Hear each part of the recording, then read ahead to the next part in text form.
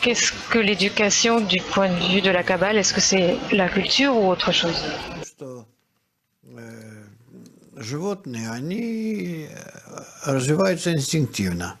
И тоже все-таки их Le обучают. fait est que les animaux se développent en fait et ils ont été élevés par leur mère qui les aide différentes manières.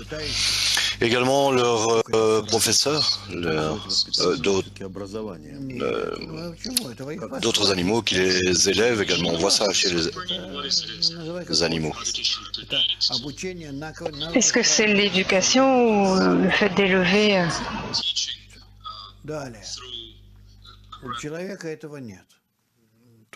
Appelle comme tu veux, c'est l'enseignement par l'environnement.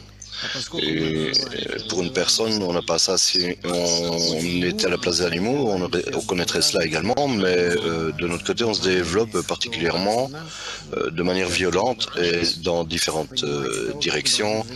Et alors, en particulier, nous ne comprenons pas pourquoi on est reliés les uns aux autres. Avec les animaux, il n'y a pas d'ennemis, d'amis pour une personne.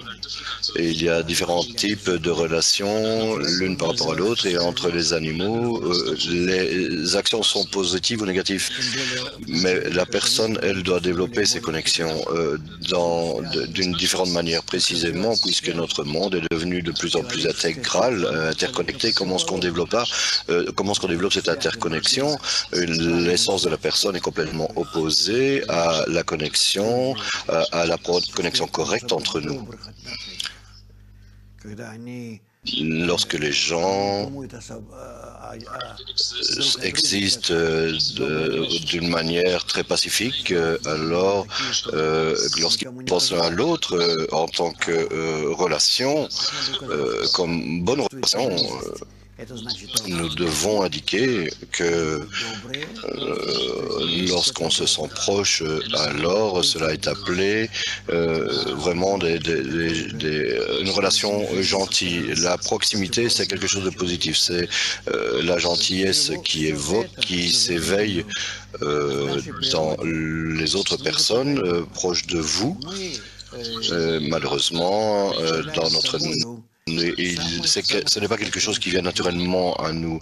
Nous sommes, en fait, nous représentons les animaux les moins corrects. Les animaux n'ont pas ce type de relation comme les gens. Les animaux ne se font pas souffrir de façon déterminée, en exprès, je veux dire, l'une par rapport à l'autre. Donc ces choses n'existent pas dans ce cas-là. Ça existe uniquement au niveau de l'instinct. On voit qu'ils doivent l'emporter l'un sur l'autre. On voit que c'est toujours au niveau de l'instinct. Et de cette manière, tu vois que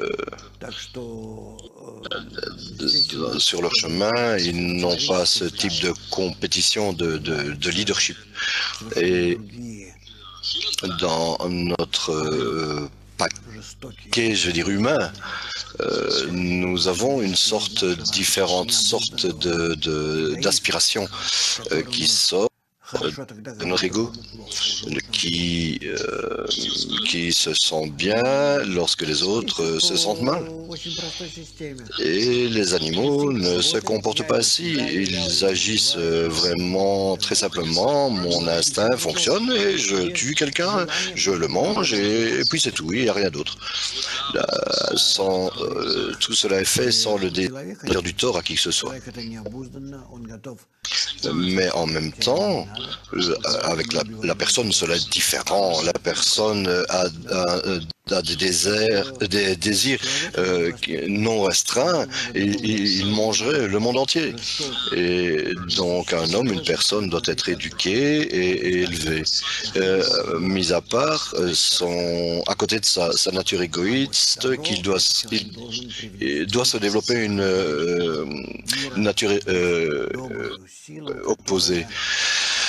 Le fait est qu'on doit amener cela de l'environnement, du monde qui nous entoure. C'est quelque chose qui est dans la nature, mais un homme doit savoir comment extraire cela et comment, dans la connexion entre ces deux opposés, en fait, il doit s'élever.